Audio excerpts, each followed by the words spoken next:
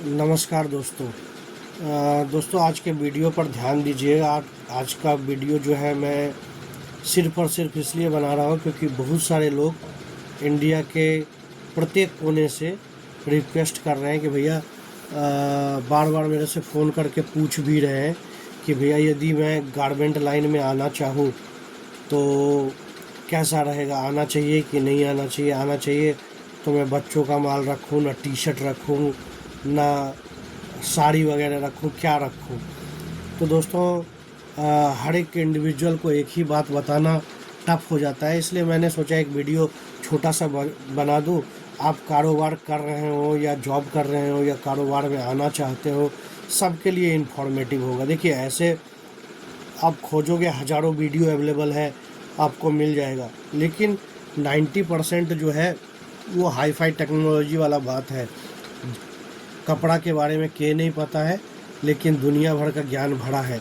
वो जो है एक्सीडेंटल जो है आपके लिए सिचुएशन होगा कि आप वो ज्ञान लेके, और ऐसे लोग भी मिलेंगे जो आपको बोलेंगे कि भैया 25,000 का माल लो और ले जाके बेचो और अगले दिन जाके BMW खरीद लो, इतना कमाई है।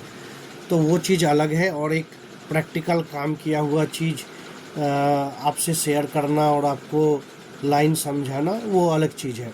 मैं आपको शॉर्टकट में बताऊंगा, ध्यान दीजिएगा, फुर्सत से देखिएगा, जब टाइम मिले तब देखिएगा, आपके काम में आएगा। चाहे आप नए हो या काम करना चाहते हो या काम कर रहे हो, सीखने का कोई उम्र नहीं होता है, सीखने का कोई जो है पाबंदी नहीं होता है। तो कोशिश करिए, ठीक है, कोशिश करिए इस चीज़ों को समझने का, फ़ायदा कहीं ना कहीं आपका होगा।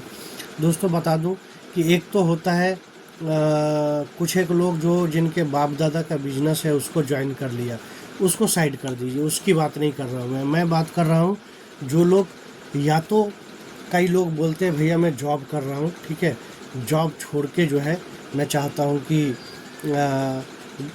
कारोबार में आ जाऊँ, चाहे ये कारोबार हो चाहे जो कोई भी कारोबार हो।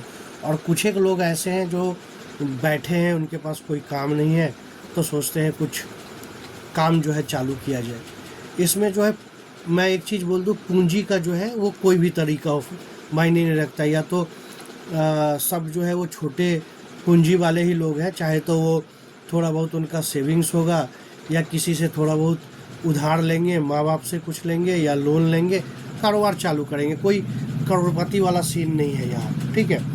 तो आपको एक चीज़ बता दूँ, सबसे पहले मैं बता दूं कि जो लोग जॉब कर रहे हैं, ठीक है, यदि आप इस मेंटेलिटी से कारोबार में आना चाहते हो कि जॉब में बहुत प्रेशर है, बॉस जो है गाली देता है, बॉस बोलता है नौकरी छोड़ दो, मालिक परेशान करता है, आगे पता नहीं कब तक नौकर बन के काम करूँगा, जो है रोज़ रोज़ सुनना पड़ता है, टाइम से आओ, नहीं आने से हाजिरी काट देता है, और शाम शाम तक बिठा के रखता है, कोई ओवर टाइम नहीं मिलता है, और फैमिली को टाइम नहीं दे पाता हूँ। यदि ये सब आपका रीज़न है कारोबार में आने का, तो मैं आपको बता दूं कि आप जो है हाथ जोड़ लीजिए अपने आप को, और हाथ जोड़ लीजिए अपने डिसीजन को। क्यों बोल रहा हूँ मैं ये बात, ध्यान से समझिएगा मेरी बात को। आप जो है किसी बंधे हुए स्ट्रक्चर में काम कर रहे हो, जहाँ सारा डिपार्टमेंट है, आपका सीनियर है, आपके ऑनर है, आप एक ड्यूटी में जाते हो, आपको एक सेटअप जॉब वो बोल देता है दिन भर करने के लिए, आप करते हो, घड़ी देखते हो कि मेरे को इतने बजे निकल जाना है, और चुपचाप वहाँ से निकल लेते हो। महीने के अंत में जो है एक आपको सैलरी है फिक्स, जो आपके हाथ में आता है, कन्फर्म है कि वो आना है, और उस पैसे से आप अपना फैमिली चलाते हो, उस पैसे से आप अपना खर्चा मेंटेन करते हो, उस पैसे से आप अपने बच्चों का भविष्य प्लान करते हो, ठीक है। लेकिन आपको परेशानी ये है कि आपको मालिक चार बात सुनाता है, या आपको जो है आपका बॉस दो बात सुनाता है, आपको टाइम नहीं मिलता है अपने फैमिली के लिए। ये सारा आपका प्रॉब्लम है, जिसके कारण आप छोड़ के आना चाहते हो और सोचते हो कि आने के बाद दुनिया सुहाना हो जाएगा। ये सबसे बड़ा भूल है। आपको कारोबार में आना है, ठीक है, कारोबार से अच्छा कुछ नहीं है। जो मालिक आपका बैठा है वो भी एक कंपनी चला रहा है, वो भी एक बिजनेस चला रहा है, और आप जो चालू करने जा रहे हो ये भी एक बिजनेस है। ठीक है, फिर मैं क्यों आपको समझा रहा हूँ, इसका कारण सिंपल सा कारण ये है कि आप आने का तरीका जो है वो गलत है। आप एक एक्सक्यूज दे के एक चीज़ को डर के छोड़ के भाग रहे हो, एक परेशानी के कारण भाग रहे हो, जबकि आप जिस फील्ड में आप उतर रहे हो वहाँ झाड़ू लगाने वाला से लेके माल खरीदने से लेके रैक में माल लगाने से लेके कस्टमर को दिखाने से लेके कस्टमर को पैक करके देने से लेके उससे पैसा लेने से लेके उस पैसे से फैमिली चलाने से लेके और उसमें से जो बचा हुआ पैसा होगा उससे फिर से माल खरीदने तक, ये सारा काम आपको परफॉर्म करना है। एक बल्ब एक्स्ट्रा जल रहा है वो भी खर्चा आपके पॉकेट से जाएगा, और यदि आपके दुकान में लाइटिंग कम है वो रिस्पॉन्सिबिलिटी भी आपके ऊपर आएगा। ठीक है, तो आप तो एक छोटा सा एक्सक्यूज़ दे के भाग रहे हो, यहाँ तो पूरा मैनेजमेंट आपके माथे पर है। तो मेरे कहने का कारण मतलब ये है कि आप कारोबार में आओ, लेकिन कारोबार में आओ एक विज़न लेके, एक नई शुरुआत को लेके। भले आपका पूंजी छोटा हो, भले आपका दुकान छोटा हो, भले आपका जो है जगह छोटा हो, भले आप एक छोटे से गांव में चालू कर रहे हो, लेकिन आपका विज़न, आपका सोच बड़ा होना चाहिए। ठीक है, आप ये छोटी सोच लेके नहीं आ रहे हो कि वहाँ परेशानी था, यहाँ सोते रहेंगे और कारोबार चलता रहेगा। नहीं, यहाँ 100 गुना चैलेंज है। सबसे पहला चैलेंज है कि वहाँ आप ड्यूटी करने जाते थे, टाइम देख के घुसे, टाइम देख के भाग आए। यहाँ जो है आपका आते ही जो आप 8 घंटा, 10 घंटा, 12 घंटा का जॉब नहीं कर पा रहे थे, यहाँ 24 घंटा आपको टाइम देना है। चाहे घर में बैठे हो तब भी कारोबार का प्लानिंग कर रहे हो, चाहे सुबह उठे हो तब भी कस्टमर को अटेंड करने के लिए जल्दी जाना है, चाहे लेट हो गया है तब भी आपको माल का अरेंजमेंट करने में लगा रहना है। तो टाइम का जो वहाँ एक पाबंदी था, आप यहाँ सोचोगे ये 24 घंटा का टाइम 48 घंटा क्यों नहीं हो रहा है कि मैं अपने काम को मैनेज कर सकूँ। एक एम्प्लॉय और एक ऑनर में ये सबसे बड़ा फ़र्क हो जाता है। ठीक है, दूसरी बात, आप नया काम चालू करोगे, तुरंत में कोई आपके पास ऐसा फंड नहीं आने जा रहा है जिससे आप घर चलाओगे। ठीक है, अपने परिवार को चलाओगे, अपने बाल बच्चा को चलाओगे। तो आपको ये चीज़ देख के चलना है कि हम जो कारोबार में आ रहे हैं, यदि 6 महीना मेरा कारोबार स्लो भी चलता है तो मेरे परिवार पे कोई प्रॉब्लम नहीं आ जाए, मेरे बच्चों पे कोई दिक्कत नहीं आ जाए, तो मेरे पास उसके लिए क्या बैकअप प्लान है। ठीक है, ये चीज़ माइंड में ज़रूर रखिएगा। दूसरी बात मैं बोल रहा हूँ कि आप ये चीज़ सोचो कि आप जब कारोबार कर रहे हो ना, एक बिजनेस जो है वो आपके जीवन को बदल सकता है। ठीक है, और एक ये कारोबार आपके जीवन को बर्बाद कर सकता है यदि आपने अपनी प्लानिंग सही नहीं की, आपने तरीका सही नहीं अपनाया। कारण क्या मैं बोल रहा हूँ, आप जो एक छोटा सा कारोबार चालू कर रहे हो, मैं जो एक छोटा सा कारोबार कर रहा हूँ, मेरे में, आप में, टाटा में, बिरला में, अंबानी में, इस सब में सबसे बड़ा फ़र्क यदि आप देखने जाइएगा, आप सोचेंगे पूंजी का है, रिसोर्सेस का है। नहीं, वो जो है उसको बदल नहीं सकते हैं। सबसे बड़ा जो फ़र्क है वो है सेल का, जो हमारे आपके हाथ में है।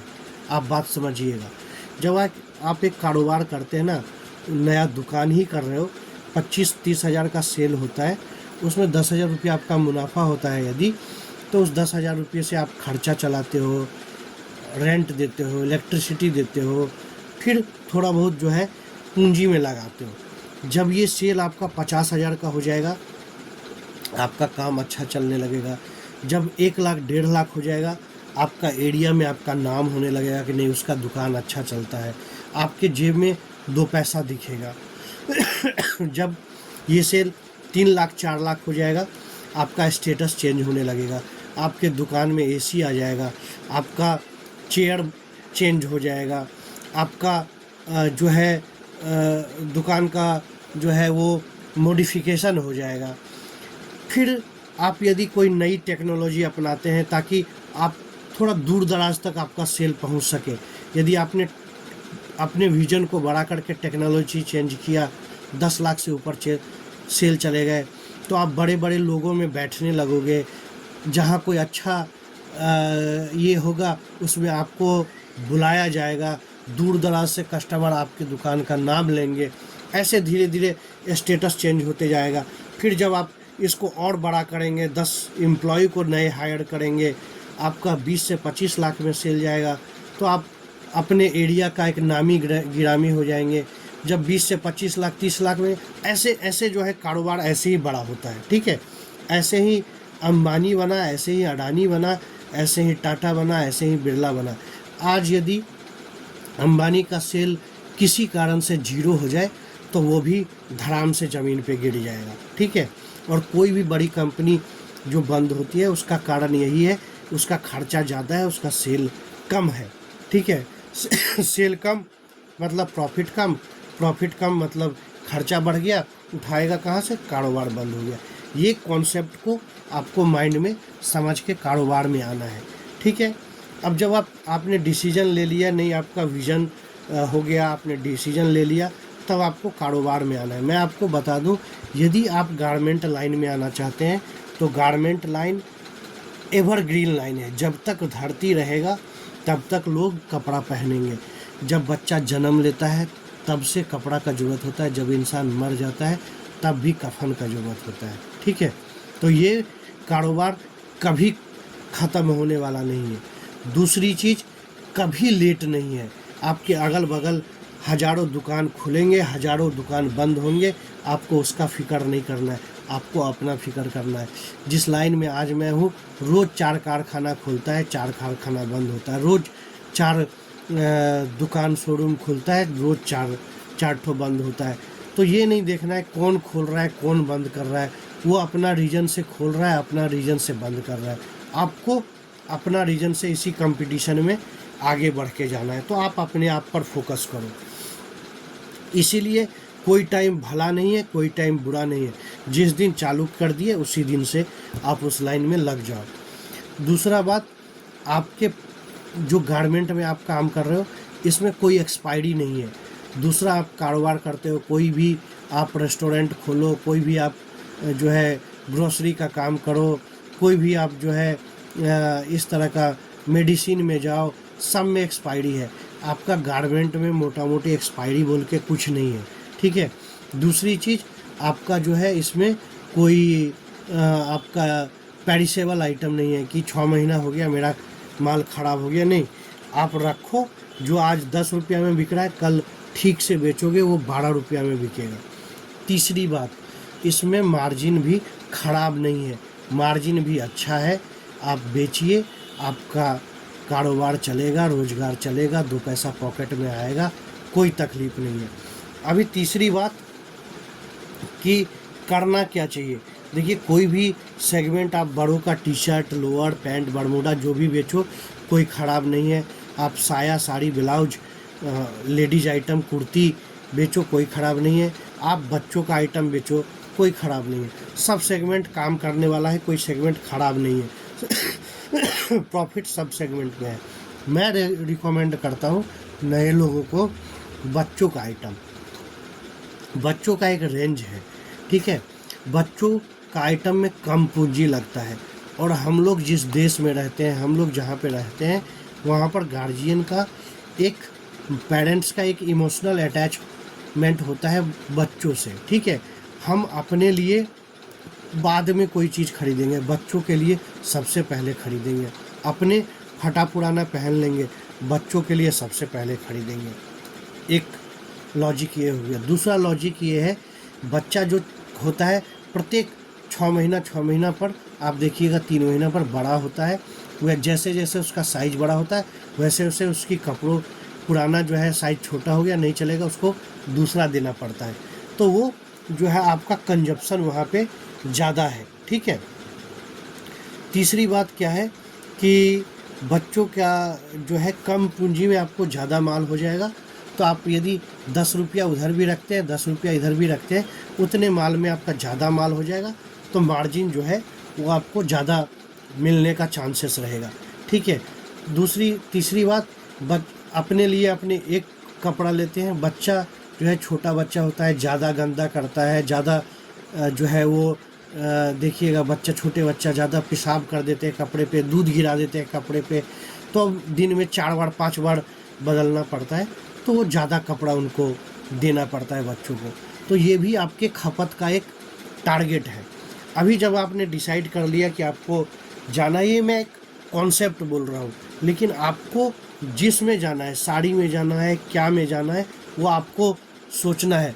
मैं आपको बता रहा हूँ, आप जब इंटर करेंगे तो कौन सा लाइन आपके लिए ठीक रहेगा, यदि आपको नॉलेज नहीं है, और कहाँ से आप ज़्यादा जो है पैसा बना सकते हैं मेहनत करके। ठीक है। अभी जब आपने डिसाइड कर लिया कि आपको दुकान खोलना है, आपको कारोबार चालू करना है, आपने विज़न डिसाइड कर लिया कि 5 साल 7 साल बाद आप अपने आप को कहाँ लेके जाना चाहते हो, तो आप एक पूंजी, सपोज करो, मैं एक एग्जांपल दे रहा हूँ कि आपने 1 लाख रुपया ये किया, प्लान किया इन्वेस्ट करने का। आप जो है बच्चों का आइटम में 1 लाख इन्वेस्ट करने जा रहे हो, तो आप क्या करो, उस 1 लाख को एक बार में मत लगाओ। उस 1 लाख को आप 4 पार्ट में डिवाइड कर दो। 25,000 का माल आपने अभी लिया, अभी माल लगा के देखो कि वो माल कैसा चल रहा है, कौन सा माल पहले बिक गया, कौन सा माल रुक जा रहा है। फिर उस चीज़ को रिफ़िल करने के लिए जो है आप 25, जो आपने 75 बच गया आपके हाथ में, फिर 25 लगाओ। ठीक है। फिर आपके पास थोड़ा सा माल बढ़ के आ गया, फिर 15 दिन 20 दिन 1 महीना 1.5 महीना बाद फिर 50 जो बचा है वहाँ से 25 लगाओ। ठीक है। फिर उसके बाद वाला 25 लगाओ। साथ साथ इधर से जो माल बिक रहा है उस पैसे को आप रोलिंग में लेके आओ। इससे क्या होगा, मान लो आप पहला बार आप जोश में आ गए, आप नए हैं, किसी ने आपको बता दिया, किसी ने आपको ज्ञान दे दिया, आप गए एक बार में 1 लाख का माल खरीद लिया। अभी यदि आपकी ख़रीदारी गलत हो गई, यदि आपका डिसीजन कुछ भूल हो गया कि आपने ऐसा आइटम ले लिया जो आपके एरिया में बिकता नहीं है, तो एक बार में 1 लाख रुपया ब्लॉक हो गया, आपका पूरा पूंजी ब्लॉक हो गया, माल बिक नहीं रहा है, भाड़ा सर पे खड़ा है, बिजली बिल सर पे खड़ा है। फिर आप फ्रस्ट्रेट हो जाएंगे, आप सोचेंगे ये लाइन ही बेकार था, किस्मत ख़राब हो गया कि इस लाइन में आ गए, मेरा तो दिन ही ख़राब था जिस दिन मैंने इस कारोबार को प्लान किया। ऐसा बोल के आप कारोबार से आउट हो जाओगे, और इस लाइन में आने का जितना सहूलियत है, लौटने का उतना सहूलियत नहीं होता है। आप यदि आ गए ख़राब प्लानिंग के साथ, आपने 1 लाख का माल ख़रीदा, उसको जब आप बेचने जाओगे तो शायद 10,000 रुपया भी आपको नहीं मिलेगा। ठीक है। तो आप प्लानिंग स्ट्रॉन्ग करके उतरो, पैसा कमाओगे, बड़ा बनोगे और अच्छा काम करोगे, कोई तकलीफ़ नहीं है। प्रत्येक स्टेप पे आपका प्लानिंग सही होना चाहिए। अभी पूंजी कैसे लगाना है ये भी मैंने आपको छोटा सा उदाहरण दे दिया। पूंजी को हाथ में रोक के रखिए, थोड़ा थोड़ा करके इन्वेस्ट करिए और रिफिलिंग करिए जो फास्ट मूविंग आइटम है। ठीक है। दूसरी बात, आप जब एक नया दुकानदार हो, आप हाई फाई आइटम में मत जाइए, फैशनेबल आइटम में नहीं मत जाइए, आप जाइए जनरल आइटम में, रेगुलर वेयर में जाइए, जो रोज़ की ज़रूरत है। ठीक है। उससे क्या होगा, आपका रोलिंग फास्ट होगा। अभी आप देखोगे कभी दुर्गा पूजा है, कभी ईद है, कभी होली है, इसको टारगेट करके कारोबार मत करिए। ईद हर एक साल आएगा, दुर्गा पूजा हर एक साल आएगा, ठंडी हर एक साल आएगा, गर्मी हर एक साल आएगा। ठीक है। आपको काम करते जाना है। ठीक है। आपको काम कंटिन्यू करना है। इसी में दुर्गा पूजा आएगा, आपके पास वीवीआईपी आइटम नहीं है, 10 दिन थोड़ा सा स्लो होके जाएगा, लेकिन आपका पूंजी नहीं अटकेगा। यदि आपने महंगे आइटम में पैसा फंसा दिया, 700 600 800 का आइटम उठा लिया, आपका बड़ा पूंजी जो है उधर चला गया। दुर्गा पूजा में 10 पीस बिका, 20 पीस घर में रह गया, अब 1 साल तक वो झूलता रहेगा आपके दुकान में, आपका पैसा ही ब्लॉक हो गया। तो आप रोलिंग किस चीज़ से करोगे? फिर आपका मन खराब होगा, पूंजी का शॉर्टेज होगा। यदि आप रेगुलर आइटम में डील कर रहे हो जो डेली का ज़रूरत है, पूजा में थोड़ा सा स्लो बिकेगा, हो सकता है 10 दिन बाद फिर 8 महीना का सीज़न मिलेगा। फिर लोग पछताएंगे, आप आगे बढ़ोगे। ये सारा कैलकुलेशन आपको लेके चलना पड़ेगा। लोग भेड़ की तरह दौड़ जाते हैं, पूजा आ रहा है, ये उठाओ वो उठाओ, 10% 20% माल बिकता है, 30% माल बिकता है, बाकी डंप हो जाता है। ये जो दौड़ते हैं वो धुरंधर, वो खिलाड़ी लोग दौड़ते हैं, जिनको पता है खटाखट माल आएगा, खटाखट बेच के पैसा खाली कर लूँगा, आगे के सीज़न में पैसा लगा दूँगा। आप तो खिलाड़ी नहीं हो ना, आपको अभी सीख के खिलाड़ी बनना है। जब आप बन जाइएगा तब मेरा भाषण नहीं सुनने जाइएगा, तब आप खटाखट डिसीजन लीजिएगा और आपका काम दौड़ेगा। अभी जब आप नए हैं, एक एक चीज़ को समझ के बूझ के आपको डिसीजन लेना पड़ेगा। तो ये चीज़ हो गया। अभी इससे आगे बढ़ते हैं। आप जो माल खरीदने जाओगे, आप जनरल आइटम खरीदना, पूरा सजा के कम पूंजी के अंदर खरीदना, ठीक है। उसके बाद जो है कोशिश ये करना कि आप जहाँ से खरीद रहे हो पता कर लेना कि ये मैन्युफैक्चरर है या ट्रेडर है, किस तरह का ट्रेडर है, क्या ये ज़्यादा मार्जिन रख के काम करता है ना कम मार्जिन रख के काम करता है। ये चीज़ जब आपको पता चलेगा, कम पूंजी में जब आप अच्छा माल लेके आओगे सस्ता रेट में, इस कंपटीशन में आप सरवाइव कर पाओगे। यदि आप आंख बंद करके जाओगे और माल उठा के लेके आ गए तो बस आपके यहाँ देखोगे कस्टमर देख रहा है, रेट पता कर रहा है, रेट ज़्यादा लग रहा है, बगल से जाके माल खरीद रहा है, ठीक है। तो ये गलती अपने को नहीं दोहराना है। ये पूरा रिसर्च बढ़िया से करना है। आज के डेट में तो आप लोगों के हाथ में यूट्यूब है, यहाँ से अमेरिका में क्या बिक रहा है आप वो भी देख सकते हो। तो 20-25 लोगों को आइडेंटिफाई करो, उसमें जिनसे दिल मिले, जिनसे समझ में आए नहीं जेन्युइन प्रोडक्ट है, रेट अच्छा है, उसको सेलेक्ट कर लो और उसी 5 लोगों से आप काम करना चालू करो। दूसरी चीज़, जब धीरे धीरे दुकान चलने लगे ना, तो आप अपना वेंडर, अपना सप्लायर जिससे आप माल खरीद रहे हो, लेमन भाषा में बोलो, जो आपका महाजन है, बार बार मत चेंज करिए बिना वजह का, ठीक है। इससे क्या होता है, आपका परेशानी, आपका भागदौड़ बढ़ेगा।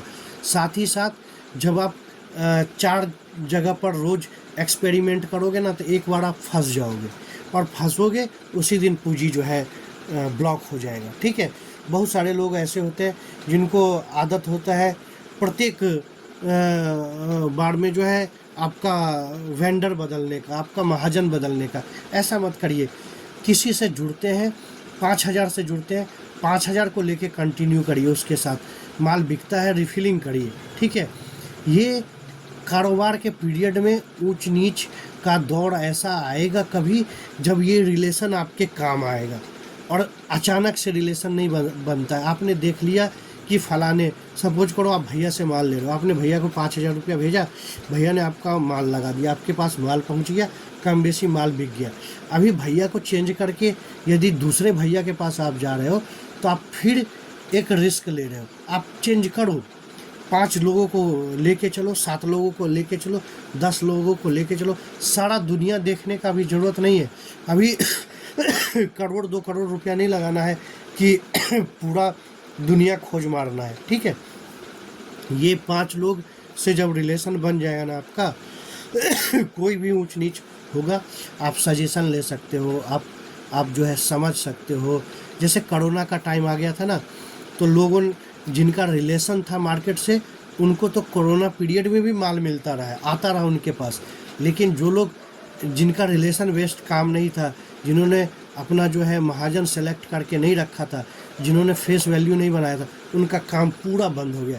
क्योंकि ट्रांसपोर्टेशन बंद, आना जाना बंद, पूरा लॉकडाउन, तो किसी से पहचान है नहीं। आप किसी अनजाने को पैसा भेजोगे, पैसा मार जाएगा। और जिनसे आपका काम हुआ, एक बार आपने लिया, दोबारा काम किया नहीं। तो ये सब एक्सपेरिमेंट मत करिए। नए लोग हो, एकदम पकड़ बना के और छोटा बन के कारोबार में एकदम झुक के काम करिए, ठीक है। आप ठीक है, सब चीज़ मंजूर है, लेकिन आप कस्टमर का रिस्पेक्ट करिए, टाइमिंग को मेंटेन करिए। आप सुबह सब 10 बजे खोलता है तो आप 9 बजे खोल दीजिए। सब रात में 8 बजे बंद करता है, आप 8:30 बजे बंद करिए। चाहे कस्टमर आए चाहे नहीं आए, आपको कोई फ़र्क नहीं। आपका तो वही जीवन है ना, तो आप उसको क्यों आप बंद करके चाहते हो कि घर में रेस्ट करें। नहीं, कस्टमर कभी भी आ सकता है। और कस्टमर जब रोड से गुजरता है ना, देखता है आपका दुकान खुला है, रोज़ खुल रहा है, वो टाइमिंग को भी माइंड करता है, वॉच करता है। फिर निकलता है जब आपके यहाँ आने के लिए, तो वो जानता है कि 8 बजे उनका खुल जाता है, नहीं तो बोलेगा 10 बजे खुलता है। उनका कोई टाइमिंग ही नहीं है कब खुलता है कब बंद होता है। ये सारा चीज़ आप नहीं जान रहे हो, कस्टमर ये सारा चीज़ को अपने ध्यान में ले रहा है। तो टाइमिंग को मेंटेन करिए। कस्टमर आए नहीं आए, बरसात हो रहा है, आंधी हो रहा है, तूफान हो रहा है, आप अपना डिसिप्लिन में रहिए। आप दुकान को खोलिए, आप टाइमिंग को मेंटेन करिए। कस्टमर आता है, माल ले चाहे नहीं ले, प्यार से उसको माल दिखाइए, उससे बातें करिए। माल नहीं ले रहा है, क्या परेशानी है उसको समझने का कोशिश करिए और उस परेशानी को दूर करने का कोशिश करिए। सारा खेला जो है ये फेस वैल्यू का है, आपके बातों का है। आपके पास एक से एक माल है, एसी लगा हुआ है दुकान में, आएगा आप उसको वैल्यू नहीं करोगे, आप उससे अनाप शनाप बात करोगे, 2 माल दिखाएगा, दिखाने में आप इरिटेट हो जाओगे, तो वो आने से भय पाएगा और आएगा तो 4 आदमी को जाके बोलेगा भाई उसका व्यवहार ठीक नहीं है, आदमी अच्छा नहीं है, पैसा तो कहीं से उठा के ले आया है, लगा दिया है, लेकिन दुकान चलाना नहीं आता है। ठीक है, ये सब चीज़ों को साथ में लेके कीजिए। जब आपके पास पैसा हो जाएगा, आपका सारा बात सबको अच्छा लगेगा। लेकिन जब तक नहीं हुआ है, जब तक दुकान नहीं चला है, तब तक मेरी सलाह को मान लीजिए। बाद में आपके पास पैसा हो जाएगा, दुकान चल पड़ेगा, आप बड़ा आदमी हो जाओगे, आप भैया को सजेशन दे देना कि भैया आपका बात सुन के मैं बड़ा हो गया, आपसे भी बहुत बड़ा हो गया, मुझे खुशी होगी, कोई तकलीफ़ नहीं होगा मुझे। ठीक है, तो इस हिसाब से जो है आप दुकान को प्लान करिए। आप कलकत्ता से माल ले सकते हैं। एशिया में सबसे बड़ा बच्चों का मार्केट जो है वो कलकत्ता ही माना जाता है। तिरुपुर हो, बॉम्बे हो, दिल्ली हो, माल हर एक जगह मिलेगा, लेकिन जो क्वालिटी आपको कलकत्ता में मिलेगा, जो आपको मैन्युफैक्चरर के यहाँ रिस्पेक्ट मिलेगा कलकत्ता में, वो बाकी जगह थोड़ा सा कम मिलेगा। क्योंकि बाकी जगह मैंने देखा है, मैं हर एक जगह गया हूँ, वहाँ पर ना आपका सब चीज़ में दलाली सेट होता है। रिक्शा वाला उतरिएगा ना, सूरत उतरिए या आप त्रिपुर उतरिए, रिक्शा वाला भी एक दलाल है। वो किसके यहाँ आपको ले जाएगा, जिसके यहाँ उसका कमीशन फिक्स है। जहाँ पर आपको रास्ते में मिल जाए, आइए भैया साड़ी दिखाता हूँ, आइए भैया ये खरीदवा देता हूँ, आइए भैया सस्ता में, आइए भैया नाश्ता करा देता हूँ, आइए भैया फ्री में रुकवा देता हूँ, आपका मन एकदम विचलित हो जाएगा माहौल देख के कि किसके साथ जाऊँ, कौन लूटेगा, कौन ये करेगा। लेकिन ये चीज़ कलकत्ता में, ये कल्चर अभी तक मैंने नहीं देखा। थोड़ा बहुत बड़ा बाज़ार में दुकान के सामने लोग खड़े रहते हैं, लेकिन और कहीं आपको कोई मैन्युफैक्चरर के पास या कोई ऐसा नहीं मिलेगा जो आपको इस तरह का बिहेव करे। आप लीजिए तो भला, ना लीजिए तो भला, लेकिन आपके पीछे कोई नहीं पड़ेगा। हाँ, 5% लोग हर जगह फ्रॉड होते हैं, 5% लोग हर जगह ख़राब होते हैं। वो 5% को आपको मान के ही चलना है, उससे दूर रहना है।